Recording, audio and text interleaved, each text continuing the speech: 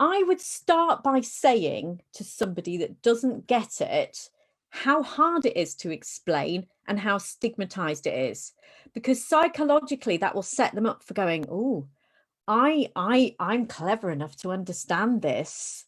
So they'll go, well, I'm going to understand it. So if you say it's hard to explain, they'll be like, well, I'll get it. I'll get it.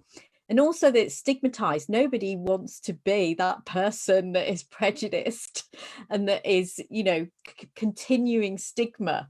So I like to start off by putting people in that psychological place where they're more open-minded by saying, this is hard to explain and it's stigmatized, because then the other person's brain is going to want to go the opposite of that. So you just open their brain up here.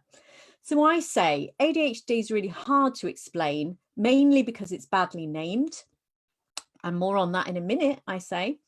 And everyone is affected occasionally by some of the traits that I suffer from, e.g. losing keys, procrastinating, zoning out in conversations and being late.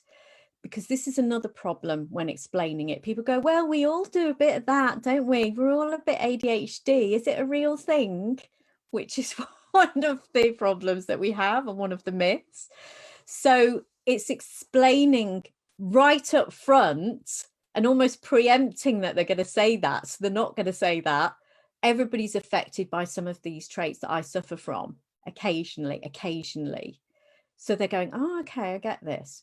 Then you need to start off by saying it's invisible and it can be seen on brain scans. So, but we don't tend to do those expensive SPECT brain scans to diagnose people. It is a clinical diagnosis, like the diagnosis of migraine. You can't see a migraine, you just describe what's going on. So it is a clinical diagnosis. So there's many physical conditions that are clinical diagnoses. So it doesn't mean it's any less valid, because some people throw that at us and go, oh, well, it's just based on the psychiatry. No, it's a clinical diagnosis and it happens all the time in medicine, physical conditions as well. Then talk about the stigma and misunderstanding even by doctors. You don't want to make the other person feel stupid, because you want to make them feel clever and like they're going to get it.